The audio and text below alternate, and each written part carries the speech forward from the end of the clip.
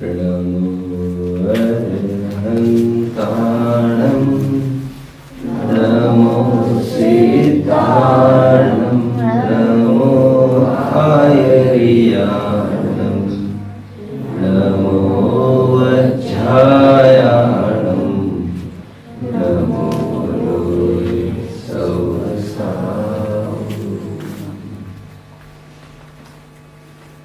मोक्षार्थियों, आओ आओ बच्चों, तुम्हें दिखाए झांकी श्री जिनशासन की। इस मिट्टी से तिलक करो, यह धरती है बलिदान की, त्याग की, तपश्चरण की। यह धरती है यम की, नियम की, नियम की, संयम की। ये धरती है शमन की, दमन की, और हां, नमन की भी। मोक्षार्थियों,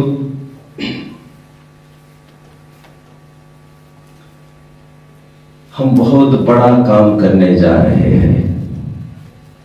इस अल्पावधि में हम जिनशासन के नस नस को समझेंगे। मैं हमेशा कहता रहा हूं, आपको जरूरत है फोकस्ड रहने की। Get set now to dive deeper and deeper. जिनशासन एक विराट अथाह गहरा समुद्र है। उसमें डुबकियां लगाने के लिए तैयार हो? जिन खोया तिन पाया गहरे पानी पैठ। Get set now to fly higher in the sky. जिनशासन एक विराट खुला आकाश है। उसमें उड़ाने लेने के लिए क्या आप लोग तैयार हैं? प्रतिज्ञा करो और दृढ़ संकल्पित हो जाओ, हम खूब अध्ययन करेंगे। अब देखना, सत्थम समदितव्यम प्रवचन सार की 86 गाथा में कुंद कुंद आचार्य देव यहां तक कहते हैं कि यदि मोह चयो, यदि मोह का क्षय आपको करना है तो शास्त्रों को भली भांति पढ़ने के अलावा आपके पास दूसरा कोई चारा तो वैसे भी नहीं है। जरूरत है आपको अधिक से अधिक पढ़ने की। हाँ, लेकिन गाड़ी में पेट्रोल बहुत होने मात्र से काम नहीं निकलता।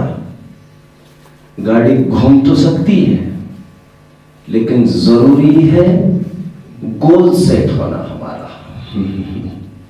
जितना जरूरी गाड़ी में पेट्रोल होना है, उतना जरूरी हमारा ध्येय लक्ष्य होना है। गूगल मैप जिसे कहते हैं, हमें स्वाध्याय करना है, ये बात तो खरी है, बट कहां से चालू करें? अक्सर लोग पूछते हैं, हमें बहुत पढ़ना है, कहां से चालू करें? ये ले कि वो ले कि वो ले। एक डेफिनेट सिस्टमैटिक पैटर्न से हम अध्ययन करना प्रारंभ करेंगे। और वो प्रारंभ हम बाल बोध से करने जा रहे हैं। क्रमशः बाल बोध के जो 3 भाग है, वितराग विज्ञान के भाग है 3 और तत्व ज्ञान के 2 भाग है, उनका क्रमशः यहां से अध्ययन हम करेंगे। भाग का क्या नाम बताया मैंने? बाल बोध। Now let I introduce you with the word बाल बोध। What is बाल बोध? Generally people think कि बाल मतलब होगा कोई है तो बच्चा ही, बाल मतलब है तो बच्चा ही। बट लोग ये समझते हैं बच्चा मतलब उम्र से कोई छोटा बच्चा। और हमारे ग्रंथों में उम्र का कोई तकाजा नहीं है। उम्र से छोटा बड़ा नहीं हुआ जाता। लोक व्यवहार में ऐसा है भी, बट हमारे ग्रंथों में आपने सुना होगा कुंद आचार्य देव ने जब दीक्षा ली, 11 वर्ष की उम्र में दीक्षा ली और अपनी उम्र की 44वें साल में, कुल 44 उम्र थी उनकी, तो वे मुनि संघ के नायक हुए थे, आचार्य पद को प्राप्त हुए थे। 500-700 मुनियों का उनका संघ था और उन्हीं संघ में कुंद आचार्य देव की उन्हीं संघ में 60 साल 70 साल 80 साल के भी और भी अधिक उम्र के 100 साल तक की उम्र के भी मुनि रहे हैं, और तब भी सबसे बड़े कौन? आचार्य कुंद, क्योंकि हमारे यहाँ उम्र से छोटा बड़ा नहीं हुआ करता। गुणा पूजा स्थानम न च लिंग न च वयः, गुणों से ही पूज्यता और सीनियरिटी होती है, लिंग से नहीं और उम्र से भी नहीं। युक्ति युक्तम प्रगृह्णात बालादपि विचक्षण, हमारे से कम उम्र वाला बालक भी यदि हमें कोई अच्छी शिक्षा देता है तो उस दृष्टि से वो हमारा गुरु ही है, वो हमसे बड़ा ही है। Anyway, मैं बाल का अर्थ कर रहा हूं। आचार्य देव ने यहां तक अर्थ किया है, बाल का अर्थ अज्ञानी मिथ्या दृष्टि करते समय यहां तक अर्थ किया है, कोई मुनि दीक्षा अंगीकार करे, खूब व्रत और तपों को भी धारण करे और फिर भी सम्यक्त्व से रहित है, तो उनको भी बालक कहा, बच्चा कहा। परमठम हिदो अठिदो, समय सार की 152वीं गाथा में कुंद स्वामी क्या कहते हैं, जरा विचार करिए। परमठम हिदो अठिदो, समझने की कोशिश कर रहे हैं आप? प्रकृति बहुत सरल है, जो परमार्थ में स्थित नहीं है। परमठम हिदो अठिदो, अस्थित है। शीलानि तवं वदं च धारेदि, शील को अंगीकार करे, तप को अंगीकार करे, व्रत को अंगीकार करे। तम सौवं बालतवं बालवदं वेन्ति सौवन्हु, क्या कहा, क्या कह रहे आचार्य देव?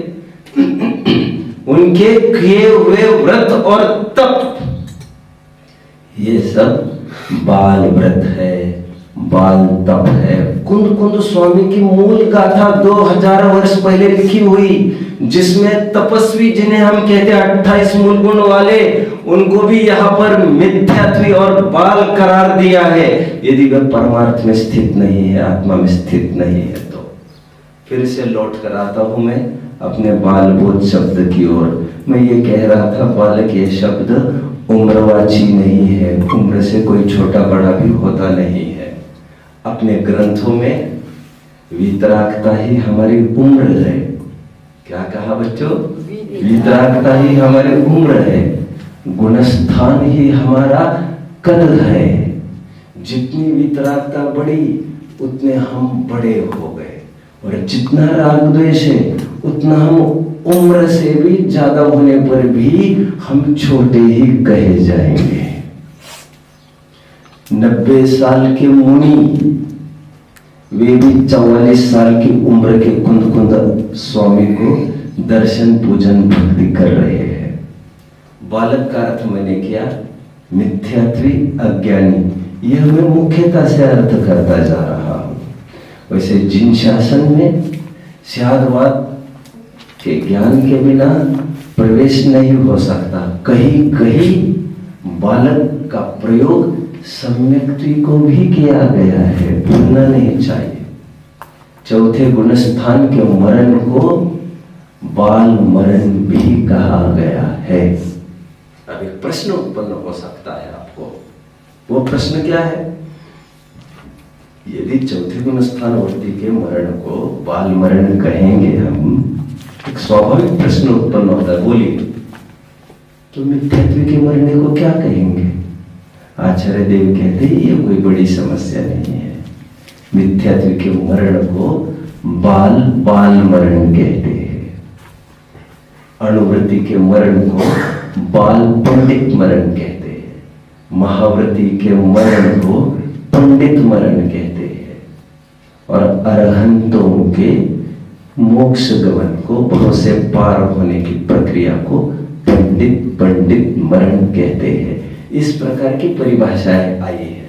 बट अभी मैं एक बहुत प्रचलित परिभाषा कर रहा हूं। बालक की क्या परिभाषा की मैंने? बालक का अर्थ अज्ञानी, मिथ्यात्वी, मुख्यता से अर्थ कर रहा हूं। और बोध, अज्ञानियों को ज्ञान देने के लिए समर्थ साधन, यह जिनवानी होने से इसे बाल बोध ऐसी संज्ञा है। वैसे मैं आपको ये बात बता दूं, ये बाल बोध इस शब्द का विकल्प क्यों उत्पन्न हुआ होगा विद्वानों को, इसका नामकरण बाल बोध के रूप में क्यों रखा जाए, उसके लिए मुझे लग रहा है पूर्व में भी जयसेनाचार्य हुए हैं, आज से 700 वर्ष पूर्व। उन जयसेनाचार्य ने क्या किया? समय सार, प्रवचन सार और पंचास्तिकाय संग्रह की टीका लिखी थी। कौन से ग्रंथों की? समय सार, प्रवचन सार और पंचास्तिकाय संग्रह, जिन पर ऑलरेडी अमृतचंद्र स्वामी भी टीका लिख चुके थे। उसके लिए उन्होंने नाम दिया है अपनी टीकाओं को, तीनों टीकाओं को एक ही नाम दिया, तात्पर्य वृत्ति। बट और एक नाम दिया उन्होंने, बाल बोध। क्या नाम दिया? बाल बोधिनी। ये सामान्य जनों को समझने के लिए है। वहां पर बाल का अर्थ सामान्य जन। यहाँ तक कि पांडे राजमल जी ने जो समय सार कलश टीका लिखी है, उसको भी उन्होंने नाम बाल बोधिनी ही दिया है। जो लोग संस्कृत प्राकृत के बहुत बड़े विद्वान नहीं है, न्याय अलंकार व्याकरण के बहुत बड़े विद्वान नहीं है, उनको बहुत सरल सरल भाषा में, जैसे माँ छोटे छोटे कोर करके, बहुत मैश करके, पानी जैसा डाइल्यूट करके छोटे छोटे बच्चों को फीडिंग करती है, सिमिलरली इन दैट वे इन टीकाओं में बड़ी सरलता है। खैर, मैं तो आपको ये कहना चाहता हूँ कि ये बाल बोध, ये नाम देने की प्रेरणा मूल ग्रंथकारों से ही हुई प्रतीत होती है। यहाँ तक कि मेरे देखने में यहाँ तक आया है कि जैनेतरों के कई ग्रंथों की टीकाओं के नाम बाल बोधिनी है। एक न्याय मुक्तावली, न्याय सिद्धांत मुक्तावली नाम का हिंदू ग्रंथ है, उसकी टीका का भी नाम बाल बोधिनी है। इन सब समानता को देखकर बाल बोध ऐसा नाम इस ग्रंथ को दिया गया है, जो क्रमशः बाल बोध भाग 1 को हम प्रारंभ करने जा रहे हैं। जिस पाठ को हम प्रारंभ करने जा रहे हैं, जिसका नाम नमोकार मंत्र को हो, नवीन शब्द सुन लीजिए आज। नमोकार सूत्र कह लो, मंगल सूत्र कह लो। इस पाठ को एक बार हम पढ़ लेते हैं बच्चों। मैं यहाँ से पढ़ूंगा, आप केवल सुनेंगे। नमो अर्हन्ताणं, नमो सिद्धाणं, नमो आयर्याणं, नमो अज्झायाणं, नमो लोय सौवसाहुनम्।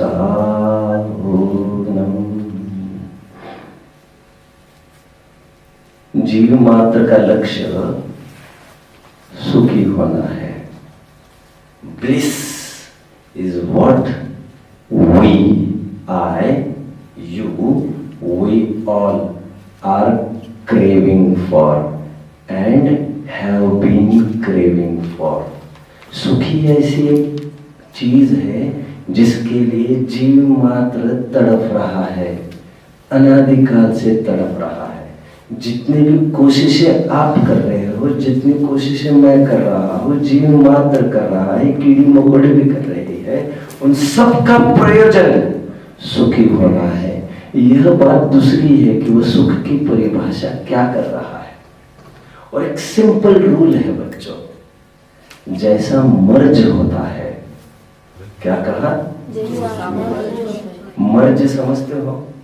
जैसी बीमारी होती है, जैसा रोग होता है, जैसा मर्ज होता है, वैसा ही वैद्य हमें ढूंढना पड़ता है, वैसी ही दवा हमें ढूंढनी पड़ती है। जैसा मर्ज बोलिए, वैसा वैद्य और वैसी ही दवा। जैसे फॉर एग्जाम्पल कोई हार्ट का मरीज है, हम किसके पास जाएंगे? एक कार्डियोलॉजिस्ट के पास जाते हैं। यदि किडनी के मरीज है कोई, तो वे कहा जाते हैं एक नेफ्रोलॉजिस्ट के पास जाते हैं। यदि आंख की समस्या है तो किसके पास जाते हैं? एक ऑप्थेल्मोलॉजिस्ट के पास जाते हैं। दांत की समस्या हो तो डेंटिस्ट के पास जाते हैं। ये शारीरिक बीमारी की बात है। कुछ मानसिक बीमारियां भी होती है, आपने सुनी होगी, डिप्रेशन की बीमारी हो रही है आजकल, डिप्रेशन की सुना है आप लोगों ने? वेरी गुड, वाह वाह, आप तक बात आ गई है। और आम जन सर्वे ये कहता है 10 to 15% जनता में से they are suffering from depression. और निरंतर वे भयभीत रहते हैं, रात और दिन धड़के लेते हैं दीवारों से। ये बीमारी कोई शारीरिक बीमारी नहीं है, ये बीमारी एक मानसिक बीमारी है। यदि ये मानसिक बीमारी हो तो किसके पास जाना चाहिए? साइकियाट्रिस्ट के पास जाना चाहिए। जैसा मर्ज बोलो, जैसा वैद्य। नाउ लेंगे देसी दवा, लेकिन जाना तो एक्सपर्ट के पास ही पड़ेगा हमें समझने के लिए। उसी प्रकार कुछ बीमारियां आत्मिक होती है, कुछ समझ रहे हैं, कुछ फिजिकल, कुछ मेंटल और कुछ spiritual. Spiritual is an adjective for आत्मा। कुछ परेशानियां, बीमारियां आत्मा की हुआ करती है। आत्मा के क्या रोग है, क्या बीमारी है आत्मा को? अरे रोजाना तो हम कहते हैं, मैं तो अनादि से रोगी हूं, उपचार कराने आया हूं। अर्घ्य में पहले ही तो अर्घ्य दे रहे, गजब करते हो आप भी। इतने रोगी तो हो और बोल रहे हो कि हमें क्या रोग हुआ है। सनत कुमार चक्रवर्ती को जब कोढ़ हुआ था मुनिया अवस्था में, आप जानते हैं, कोई वैद्य आए थे उनकी शारीरिक चिकित्सा करने कोढ़ की, तो उन्होंने क्या उत्तर दिया था आपको याद आ रहा है? यह मेरा रोग नहीं है, यह कोढ़ मेरा रोग नहीं है। और शरीर को तो कभी भी रोग से रहित नहीं किया जा सकता। आप जानते हैं हमारे ग्रंथ ज्ञानार्णव आदि ग्रंथ में यहां तक उल्लेख है कि एक एक रोग में सैकड़ों और हजारों रोग होते हैं, और सभी रोग मिलाओ पूरे बॉडी के तो 5 करोड़ समथिंग, मतलब लगभग 6 करोड़ रोग होते हैं। वात पित्त कफ क्या है? रोग ही तो है। एनीवे, सनत चक्रवर्ती ने इतना ही कहा था, ये मेरा रोग नहीं है, और जो मेरा रोग है उसका अभाव आप नहीं कर सकते। तो मेरा रोग क्या है? भव ब्रह्मांड। मेरी बीमारी क्या है? राग द्वेष, क्रोध मान माया लोभ, हिंसा झूठ चोरी कुशील परिग्रह, जन्म मरण, ये मेरी बीमारी है।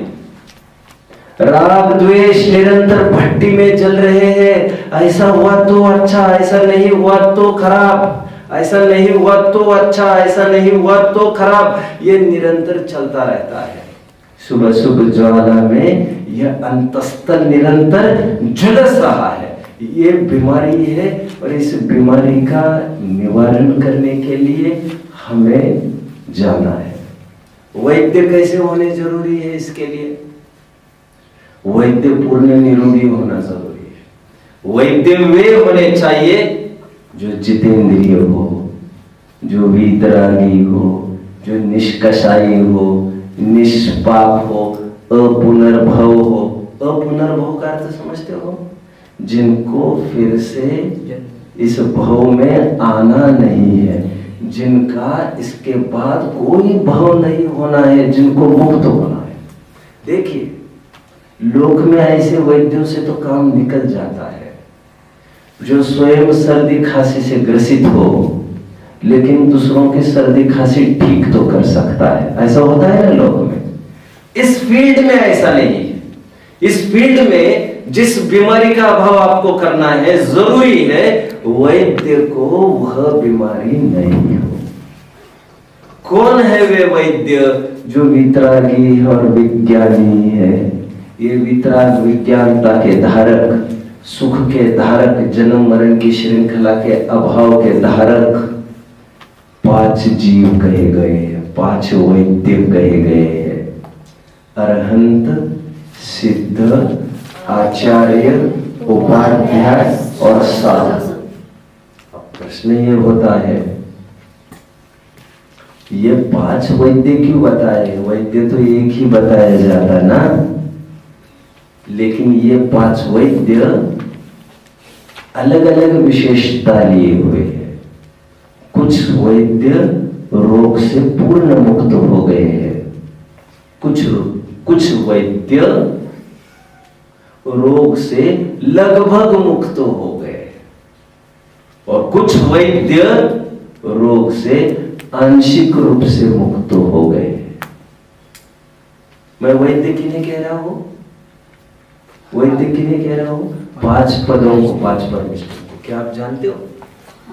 Someone was asking me yesterday, क्या आयुर्वेद शास्त्र पढ़ा सकते हैं जैन आचार्य?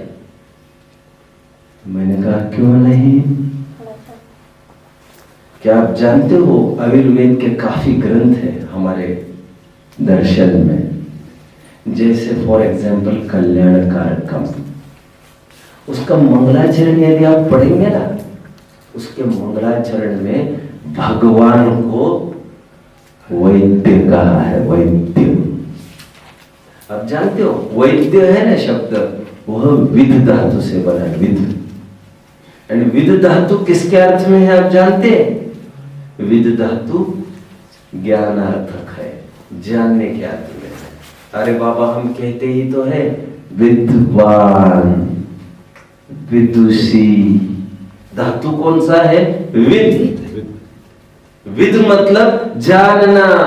वेदन विद धातु से बना है, विद धातु से ही वैद्य बना है। और आयुर्वेद के ग्रंथों में मंगलाचरण के रूप में भगवान को वैद्य कहा है। केवल ज्ञान होना ही उनका वैद्य बना है। पर्टिकुलर फील्ड का नॉलेज, उसे वैद्य कहना, ये तो आज का प्रचलित अर्थ है, बट व्यापक रूप से ऐसा नहीं है। एनीवे, मैं तो आपको इसलिए इतना कह रहा हूँ, वैद्य कहते ही हमारे सामने 5 चीजें आनी चाहिए, और रोग कहते ही हमारे सामने राग द्वेष ही आने चाहिए, क्योंकि आत्मा ही हमारा जीवन है। आगे बढ़ता हूं। मैंने इन 5 प्रकार के वैद्यों को 3 प्रकार की कैटेगरी में डाल दिया। जरा कोई रिपीट करेगा? कौन सी 3 कैटेगरी? शाबाश, ओनली गौरव इज रेडी। मैंने ये कहा था, एक तो वे वैद्य जिन्होंने रोग का पूर्णतया अभाव किया, ऐसे सिद्ध। एक तो वे वैद्य जिन्होंने राग का, रोग का, राग रोग एक ही, राग ही रोग है जीव का, अपने रोग का लगभग अभाव किया है। अरहंत, लगभग मुक्त हो गए हैं, लेकिन लगभग ही हुए हैं, अभी मुक्त नहीं है। ऑन द वर्ज, उसके कगार पर खड़े मुक्त होने की। 3, जिन्होंने रोग का एक देश अभाव किया है, ऐसे वे कौन? आचार्य, उपाध्याय, साधु। वैसे और हो सकते थे क्या? हाँ, और कई हो सकते थे। जैसे 5 कह दिया है, 5 के 10 भी कह सकते थे। और तत्वार सूत्र में ऐसा प्रयोग भी किया है। बट ये जो छंद है, गाथा छंद है, उसमें जितने शब्द बन सकते थे उसके हिसाब से, स्पेस के हिसाब से इन्होंने केवल 5 पद रखे हैं। अरहंत, सिद्ध, आचार्य, उपाध्याय, साधु। और हेंस इसीलिए हम नमोकार मंत्र को समझने जा रहे हैं। नमोकार मंत्र इज नथिंग बट 5 पदों को समझना, 5 पदों को नमस्कार करना। नमस्कार करने का भी प्रक्रिया उनको पहले तो समझना है। बड़ा ताज्जुब होता है। एक बार एक जन को विधान करना था, तो उसको विकल्प आया, तो उसने कहा मुझे नमोकार मंत्र विधान करना है। अब वो आया और उसने कहा हमें नमोकार मंत्र विधान करना है। सभी विद्वानों ने कहा इस विधान को तो हमने सुना ही नहीं है आज तक, ये विधान हो ही नहीं सकेगा आपका।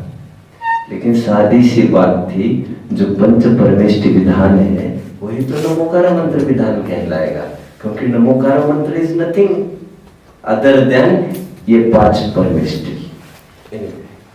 सबसे पहले ये पाठ क्यों पढ़ने जा रहे हैं, इसका हिस्टोरिकल बैकग्राउंड हम एक्सकैवेट करेंगे। यही पाठ पहले क्यों पढ़ाया जाता है हर एक को?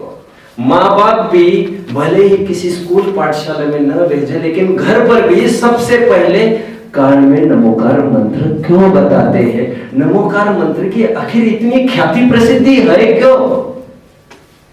इस बात को आज समझेंगे हम। मोक्षार्थियों, कलम से लिखे जाने वाले पहले अक्षर यही थे नमोकार रूप में, इसलिए इनको पढ़ा और पढ़ाया जाता है। कितने जन मुझे फॉलो कर रहे हैं अभी पता चलेगा आपको। आपको अधूरी ही जानकारी है, पूरी तरह से समझ लो जो मुझे कहना है। आप जानते होंगे जब दुखमा सुखमा काल चलता था, इस अवसर पिणी का चौथा काल चलता था, तो वहां पर 24 तीर्थंकर हुए। आदिनाथ भगवान से लेकर महावीर भगवान तक अंतरालों से 24 तीर्थंकर हुए। और वे तीर्थंकर उपदेश देते थे, मोक्ष मार्ग का उपदेश देते थे। जो उपदेश वे देते थे, सर्वांग से निरक्षरी दिव्य ध्वनि खिरा करती थी, और उसी को उपदेश कहते थे, उसी को शास्त्र कहते थे, और उसी को जिनवाणी कहते थे। जिनेंद्र भगवान की वाणी, जिनेंद्र भगवान के द्वारा प्रसूत वाणी। ये सिलसिला चलता रहा महावीर तक। कौन सा सिलसिला? असंख्यात जीवों के हयाती में उपदेश देना समोशरण में जो तीर्थंकर देते आए थे, इसके पूर्व 23 तीर्थंकर यही महावीर ने भी किया। आज से कितने वर्ष पूर्व बच्चों? लगभग 2600 वर्ष पूर्व। लेकिन हुआ क्या? आज से करीबन 2550 वर्ष पूर्व, क्या कहा मैंने? आज से करीबन 2550 वर्ष पूर्व क्या विशेषता थी? 2550 की क्या विशेषता है? आपको इतना पता होना चाहिए। 2023 की क्या विशेषता है प्रथमेश? आप तुरंत बोल जाओगे 2023, तो ये तो करंट ईयर चल रहा है हमारा। इस 2023 को हम समझते हैं, जब हम 2550 कहते हो तब आप नहीं समझे। 2550 इज आवर वीर निर्वाण संवत चल रहा है अभी, लगभग कह रहा हूं मैं भी 2548, आपको कंफर्म कर लेना चाहिए। लगभग मैं क्या कह रहा हूं? आज से 2550 वर्ष पूर्व महावीर भगवान निर्वाण को प्राप्त हुए। महावीर निर्वाण को प्राप्त होने के बाद गाड़ी में अभी थोड़ा पेट्रोल था। 62 वर्ष तक महावीर भगवान पंचम काल प्रारंभ होने में 3 वर्ष 8 माह और 15 दिन अभी बचे थे। पंचम काल चालू होने के लिए 3 वर्ष 8 माह 15 दिन अभी बचे थे, तभी महावीर भगवान निर्वाण को प्राप्त हो गए। आप जानते हैं कार्तिक कृष्ण अमावस्या सुबह सुबह 5 बजे के करीबन मुक्त हो गए, जिसे हम दीपावली कहते हैं। महावीर भगवान मुक्त होने के 62 वर्ष तक ये बैटॉन पास ऑन होती रही। बैटॉन समझते हो बच्चों? नहीं समझते हो? वो स्टिक पास, मशाल पास ऑन होती रही और 62 वर्ष तक अरहंत होते रहे। अनुबद्ध केवली 3 हुए, ये तो आपने सुना ही है। गौतम, सुधर्माचार्य और जम्बू स्वामी। शाबाश। जम्बू स्वामी अंतिम अनुबद्ध केवली हुए। लेकिन बच्चों थोड़ा सा ध्यान से सुनना, अंतिम केवली नहीं हुए जम्बू स्वामी, अंतिम अनुबद्ध केवली हुए जम्बू स्वामी। जम्बू स्वामी के मुक्त होने के बाद भी केवली होते रहे और अंतिम केवली इस काल के हुए। उनका नाम कोई बताएगा? कुंडलपुर से मोक्ष को प्राप्त हुए श्रीधर, भगवान श्रीधर। 62 वर्ष तक यह परंपरा चलती रही। 62 वर्ष के बाद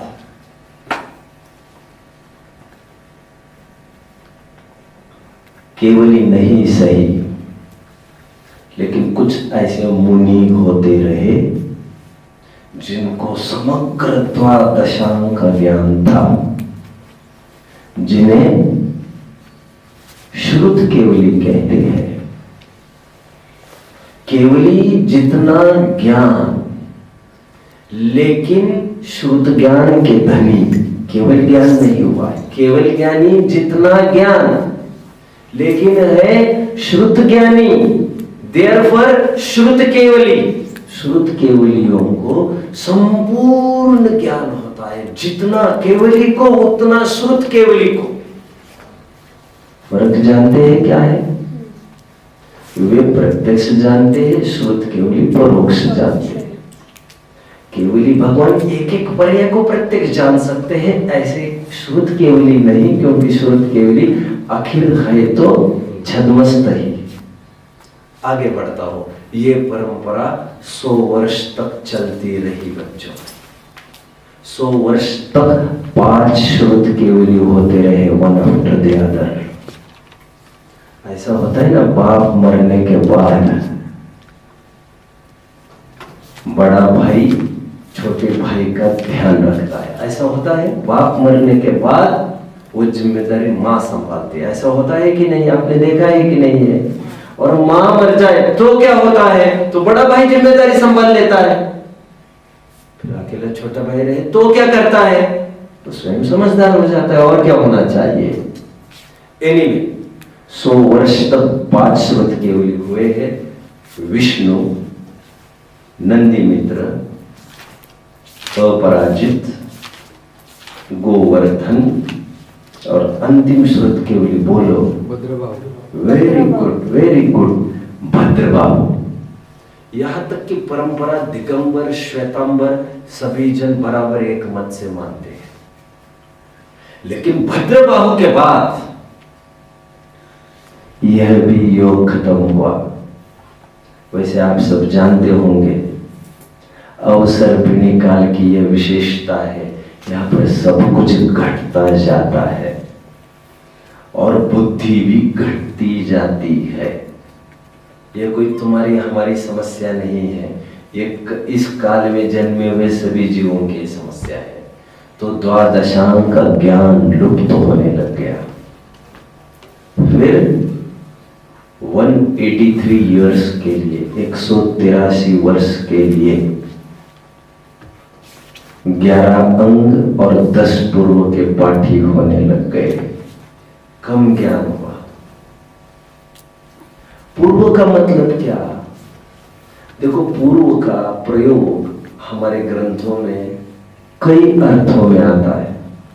मैं मोटे मोटे तौर पर कुछ प्रोमिनेंट अर्थ है उनको बताता हूं आपको। एक पूर्व तो दिशावाची है, जो क्षेत्रवाची है। एक पूर्व तो टेंसवाची है, कालवाची, पहले के अर्थ में। इन दो पूर्वों की यहां पर बात नहीं है। एक और पूर्व है हमारे यहां, वैसे बहुत जल्द मैं आपको इंट्रोड्यूस करूंगा। किसी की आयु बतानी हो, आयु लाखों वर्षों की आयु होती हो, 1000 लाख करोड़ वर्ष की आयु होती है वो। उसका गणित फिर समय आएगा तब बताऊंगा। उस आयु को भी पूर्व कहते हैं। जैसा आपने सुना होगा, आदिनाथ की आयु कितनी थी? 84 लाख पूर्व। तो पूर्व एक यूनिट के रूप में भी काम करता है, काल के रूप में। लेकिन जिस पूर्व का आज मैं प्रयोग कर रहा हूं वह 3 पूर्वों से अलग पूर्व है। ये पूर्व एक पैरामीटर है पदों का। इतने इतने लाख करोड़ पद हो जाए तो उसे कहते पूर्व।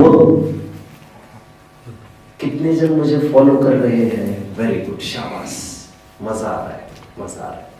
देखो बच्चों, आपकी एक्टिवनेस, आपका इंटरैक्शन, आपका रिस्पॉन्स, ये मेरा टॉनिक है, ये मेरी खुराक है। उसके बिना I am unable. Keep your self focused. मैंने अभी अभी ये कहा कि 183 वर्ष तक 11 अंग और 10 पूर्व के पाठी होते रहे। लेकिन लोग ज्यादा फड़फड़ाने लग गए। तूफान और आंधियों के कारण थोड़ी देर के लिए ऐसा लगा कि बस ये दुख कभी बुझ जाएगा। और दुखियारों को, all the people passing the darker phase of the life, they won't be able to see the path ahead and they will go astray. वे मार्ग को देख नहीं पाएंगे और वे भटक जाएंगे। थोड़ी देर के लिए बहुत डर लग गया था, लेकिन उसके बाद 123 वर्ष तक ऐसे आचार्य ऋषि हुए जिनको 11 अंग का ज्ञान था। लेकिन बाद में ये भी नहीं रहा। अब देख रहे हैं हमारा ट्रेजर कैसे कैसे नष्ट होता गया। अब देख रहे हैं जैसे अंग्रेजों ने आकर, जैसे फ्रेंच डच ने आकर, जैसे ग्रीक ने आकर, पुर्तगीज ने आकर, यूनानियों मुगलों ने आकर जैसे दबोच खरोच लिया, कुछ भी तो नहीं रखा हमको। उसी प्रकार ये संपत्ति लुप्त होती जा रही थी। लेकिन आज भारत तो फिर भी सोने की चिड़िया है। आज ज्ञान तो फिर भी है। ये किसकी बदौलत है? ये उनकी बदौलत है कि बाद में 97 वर्ष तक 10, 9 और 8 पूर्वों का ज्ञान फिर भी चलता रहा। बट वन मिसहैप ऑकर्ड, एक बड़ी दुर्घटना हुई और 118 वर्ष के बाद यह ज्ञान डिटोरिएट होते होते होते घिस पिट कर एक हाथ अंग तक रह गया। महावीर के कितने काल बाद हम आकर पहुंचे हैं? कोई मुझे बताएगा जरा? आप बताएंगे? वाह वाह वाह वाह वाह वाह, मजा आ गया, मजा आ गया। बोलोगे? बोलो। 650। बोलोगे? हम 683 वर्ष बाद आकर खड़े हैं। कितने? महावीर भगवान के निर्वाण के 683 वर्ष बाद तक का सिनेरियो हम देख चुके हैं, जब उस समय में भी धरसेनाचार्य, अरहत बलि, माघनंदी, पुष्पदंत, भूत बलि जैसे दिग्गज मुनि थे जिनको अभी भी एक अंग का ज्ञान था। बट अभी वो सब ज्ञान लुप्त होने के कगार पर था, on the verge of extinction, मिटने टूटने के कगार पर था। धरसेन स्वामी को गिरनार की चंद्र गुफा में बैठकर ये विकल्प आया, यदि ऐसा होगा तो आने वाली जो जनरेशन है, आने वाले जो छोटे छोटे बच्चे हैं, मेरे बाद जो लगभग 2000 वर्ष बाद किनको विकल्प आ रहा है? दर्शन स्वामी को विकल्प आया, मेरे बाद 2000 वर्ष बाद लगभग ये प्रथमेश होंगे, ये गौरव होंगे, यश होंगे, सत्कार होंगे, अरहंत होंगे, आदि आदि जनों को कौन मोक्ष मार्ग दिखाएगा? तो उनको करुणा इतनी हुई कि उनको लगा this treasure should be preserved, conservation of energy. जैसे भारत सरकार को लगता है ये पेड़ पौधे खत्म होंगे, ये जल खत्म होगा, जल ही जीवन है, तो how we can imagine the existence after some time.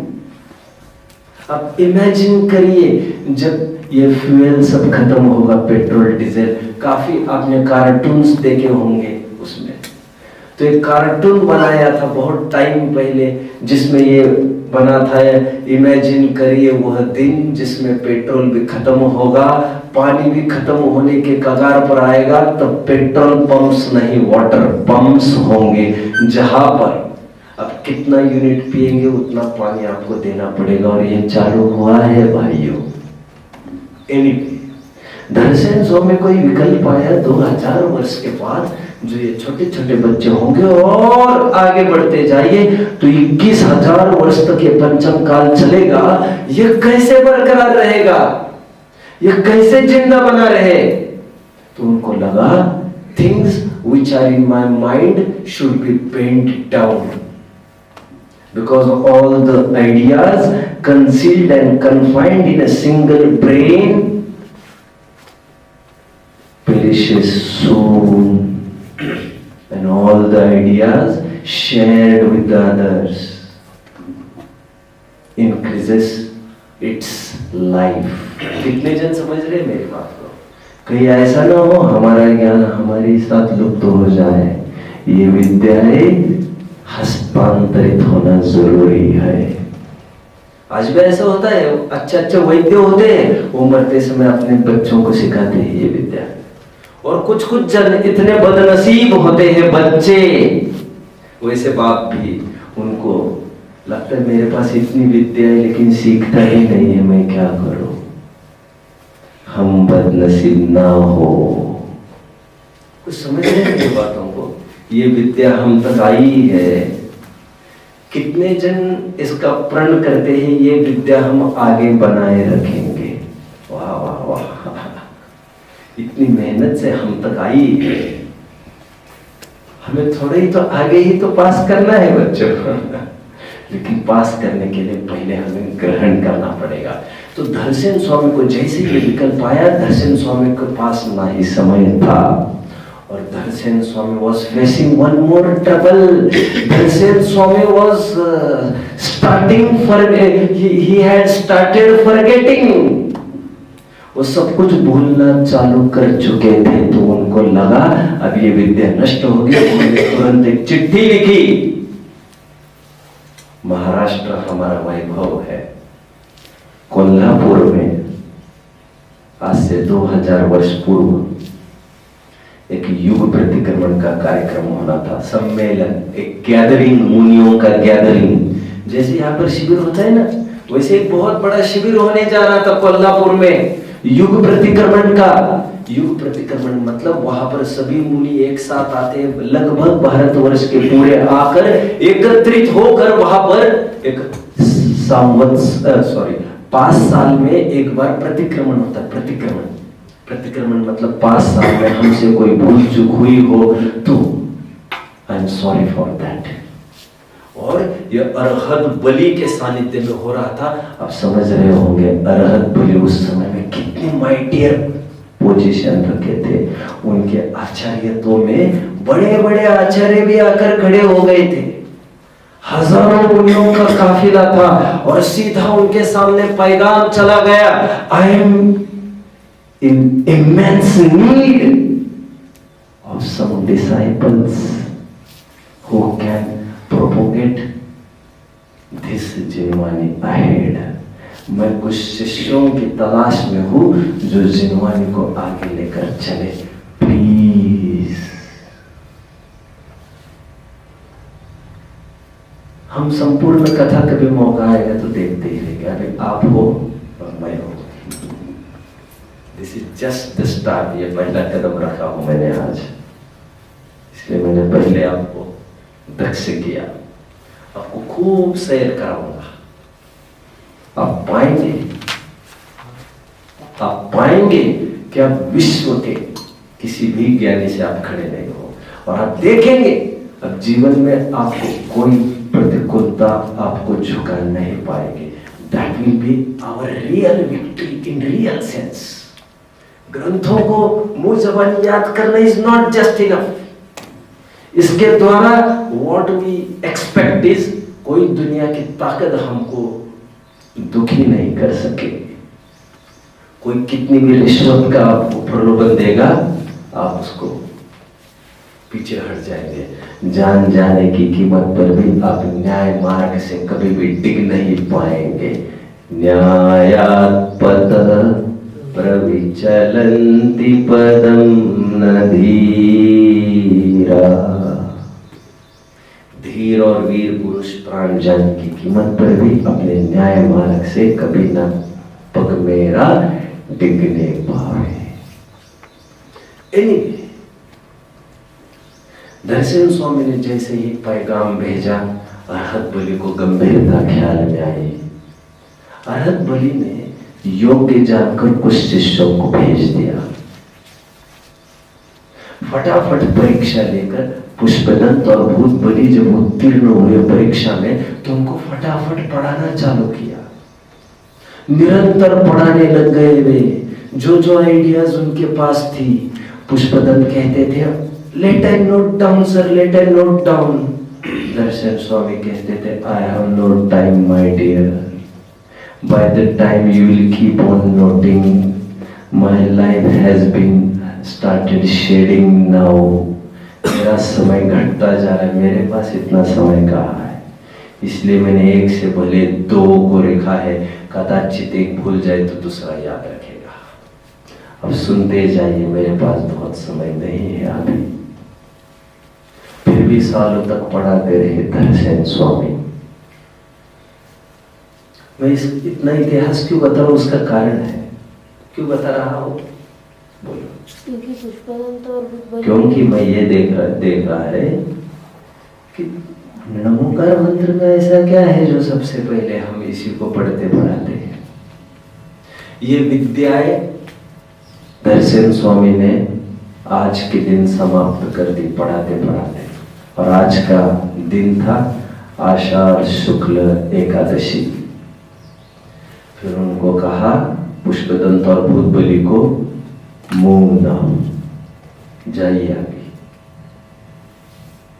हम आपको छोड़ के कहा जाए, अब चूक गए हो। मैंने आपको मेरी सेवा के लिए नहीं बुलाया है, मैंने आपको जिनवानी की सेवा के लिए यहाँ बुलाया है। अब बिना समय को जाया किए लिखना चालू करे, हाथ चलती रहे, कलम चलती रहे, मूव नाउ। 5 दिन में वे अंकलेश्वर पहुंच गए। अंकलेश्वर में जाकर उन्होंने एक रोड मैप तैयार किया दोनों ने बैठकर। Remember planning is the panacea of all ills. इसलिए मैंने बहुत टाइम पहले ये सुना था, if I get 16 hours to cut a tree, I will spend 12 hours in sharpening my axe. कुछ समझ रहे हो बच्चों? नहीं, ये बाहर जा रहे। यदि मुझे 16 घंटे पेड़ काटने को मिलते हैं, उदाहरण थोड़ा खराब है, माफ करना, जो कोट है उसी को बोल रहा हूं मैं। यदि मुझे 16 घंटे मिलते हैं पेड़ को काटने के लिए, तो मैं फटाफट चालू नहीं करूंगा पेड़ काटना। तो क्या करूंगा? मैं 12 घंटे पहले कुल्हाड़ी को धार करूंगा, और फिर आप देखना उसके बाद पहले घाव में मैं उसे निर्मूल कर दूंगा। ये उपाय नहीं है कि हम फटाफट लिखना चालू करें। उपाय ये है, रोड मैप बने बने प्लानिंग करें, हाउ कैन वी स्टार्ट। तो ट्रांजैक्शन ऑफ थॉट्स हुए, दोनों ने एक दूसरों के विचार एक दूसरों से शेयर किए। पुष्पदंत वन देश में पहुंच गए, भूतबली तमिल देश में पहुंच गए। दोनों अपने अपने स्थानों पर अपने अपने संघों में दोनों ने काम चालू किया। पुष्पदंत ने पहली चिट्ठी में पहले खत में पहला अक्षर लिखा नमो। इसलिए मैंने आपको बताया था, ये धरती शमन की, दमन की और हाँ नमन की है। नमस्कार, नमो अरहंताणम, नमो सिद्धाणम, नमो आयर्याणम, नमो ओच्छायाणम, नमो लोयसवसावनम। ये वे प्रारंभिक अक्षर शब्द थे जिन्हें पुष्पदंत ने अथवा किन्हीं आचार्य ने लुप्त होती हुई जिनवानी को पुनर्जीवित करने की चेष्टा की होगी। तो उसका साधन ये नमोकार था, इसलिए ये पवित्र है हमें। लेकिन आज एक दो फैक्ट्स बताऊंगा, फिर हम बस करेंगे। ये सबसे पहले लिखे गए वचन है महावीर के निर्वाण के बाद। जिनवानी जो हमारे पास उपलब्ध हुई वो नमोकार मंत्र के से प्रारंभ होकर पुष्पदंत ने और भूतबली ने मिलकर एक संयुक्त रचना की, षटखंडागम की। पुष्पदंत तो ज्यादा जी नहीं पाए, पुष्पदंत ने केवल पहला ही खंड लिखा, जीव स्थान नाम का। उसमें भी सत प्ररूपणा के 177 ही सूत्र लिखे और चल बसे। एनीवे, नमोकार मंत्र का पूरा श्रेय पुष्पदंत अकेले का है। इसलिए नमोकार मंत्र के कर्ता आचार्य पुष्पदंत है। ये थोड़ी देर के लिए ही सत्य है, अब पूर्ण सत्यवाद समझिए। लेकिन आज तक हम सब यही समझ रहे थे नमोकार मंत्र सबसे पहले लिखे गए वचन। लेकिन परंतु अभी एक गुफा की खोज हुई है, वो भी मैं पहले फिर कभी आपको बताऊंगा। तो बहुत अच्छी चीज आपको बताने वाला हूं। हमारा इतिहास, हमारा धरोहर, हमारा वैभव हमसे अपरिचित रहे, ये नहीं हो सकता। एक गुफा की खोज हुई है उड़ीसा। उड़ीसा का प्राचीन नाम बताएंगे? नहीं, कलिंग। कलिंग सुना है? कलिंग, अरे ये तो संभव नहीं है। द वॉर ऑफ कलिंगा नहीं सुना है? The war of Kalinga, Ashok, सम्राट अशोक, which changed सम्राट अशोक्स लाइफ, नहीं सुना है? उस कलिंग को ही आज उड़ीसा कहते हैं, जिसकी राजधानी भुवनेश्वर है। उस भुवनेश्वर के थोड़े ही पास उदयगिरी और खंडगिरी की गुफाएं हैं, जिसमें हाथी गुफा है। उस हाथी गुफा में एक बहुत बड़ा शिलालेख प्राप्त हुआ है, जो विश्व का सबसे प्राचीन शिलालेख है, जो जैनत्व की सिद्धि करता है। ध्यान रखना, इस शिलालेख से प्राचीन इस विश्व में एक भी शिलालेख नहीं। शिलालेख समझते हो बच्चों? हाँ हाँ। एक शिला पट्ट पर कुछ उत्कीर्ण किया जाता है, फिर वो शिला या तो गाड़ दी जाती है, या तो कहीं लगा दी जाती है, या तो डायरेक्ट पत्थरों में कार्व की जाती है, इंस्क्राइब की जाती है। चीज जो हजारों वर्ष तक वो जिंदा रहती है, वो चीज उसको कोई मिटा नहीं सकता। भाग्य से आज तक भी वो शिलालेख मिटा नहीं है। 2200-2300 वर्ष पहले का यह शिलालेख है। इस शिलालेख के क्रिएटर सम्राट खारवेल है। सम्राट खारवेल ये जैन धर्म के अनुयायी बहुत बड़े राजा, दिग्गज राजा हुए सम्राट खारवेल, और उनके राज्य में ही, राज्यकाल में ही ये शिलालेख बड़ा लिखा गया। कितने वर्ष हो गए बच्चों? 2200-2300 वर्ष।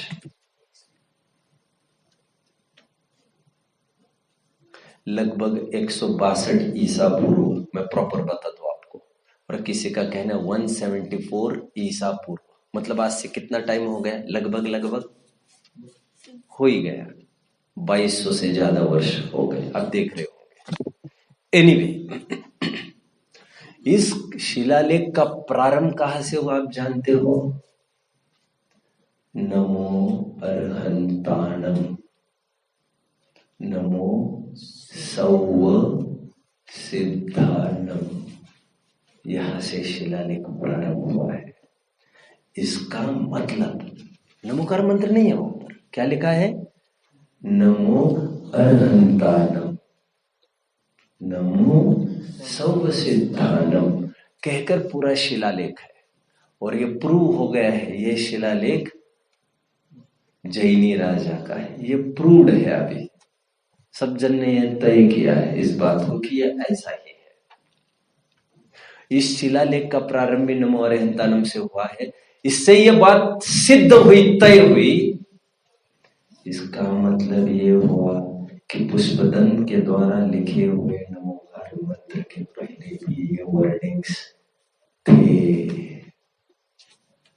हम कोशिश करेंगे कभी एक आध दिन आपकी यात्रा ले चले। मैं पिकनिक नहीं कह रहा हूं, यात्रा कह रहा हूं। धर्म का पर्पज हो तो उसी घूमने को यात्रा कहते हैं।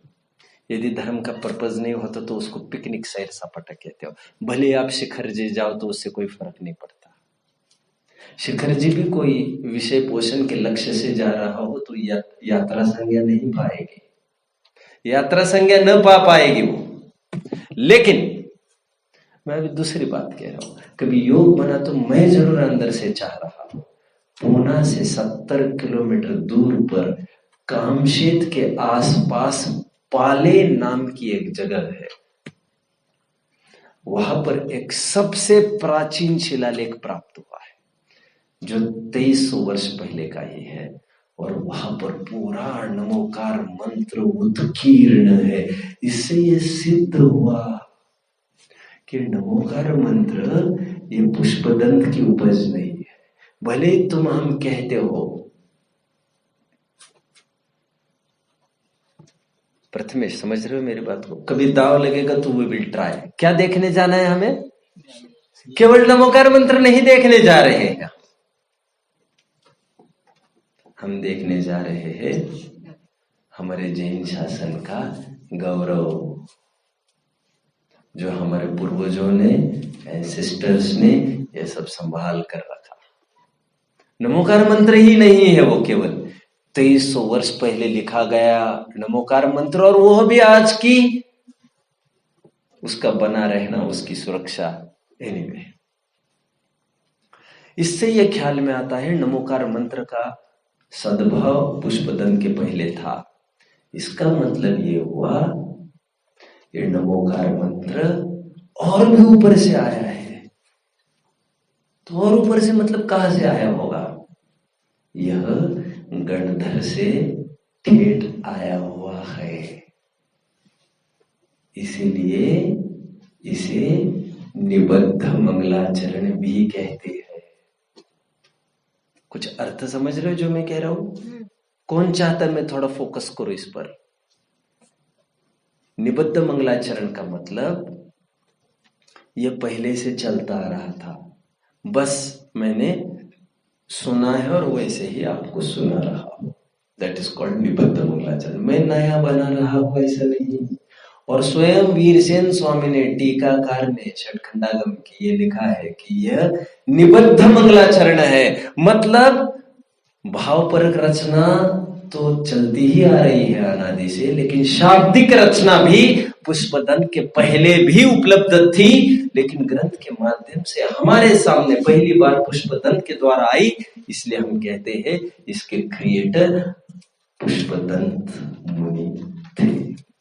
इसलिए ये नमोकार मंत्र सबसे पहले सुना सुनाया जाता है, पढ़ा पढ़ाया जाता है, लिखा लिखाया जाता है, क्योंकि ये सबसे प्राचीन होने से। शेष चर्चा हम कल करेंगे। वैसे जाते जाते किसी को कोई विशेष डाउट होगा तो I may give him a minute. किसी को कोई प्रश्न? नहीं, बोलो सत्कार। तीसरे श्रुत के बोलेगा नाम। तीसरे विष्णु, नंदी मित्र, अपराजित, गोवर्धन और भद्रबाहु। अपराजित, गोवर्धन, भद्रबाहु। भद्रबाहु ये वे ही तो है जो सम्राट चंद्रगुप्त के गुरु थे, जिनके टाइम में वो अकाल पड़ा था। और कोई प्रश्न किसी को? बस ठीक है। ओम नमः।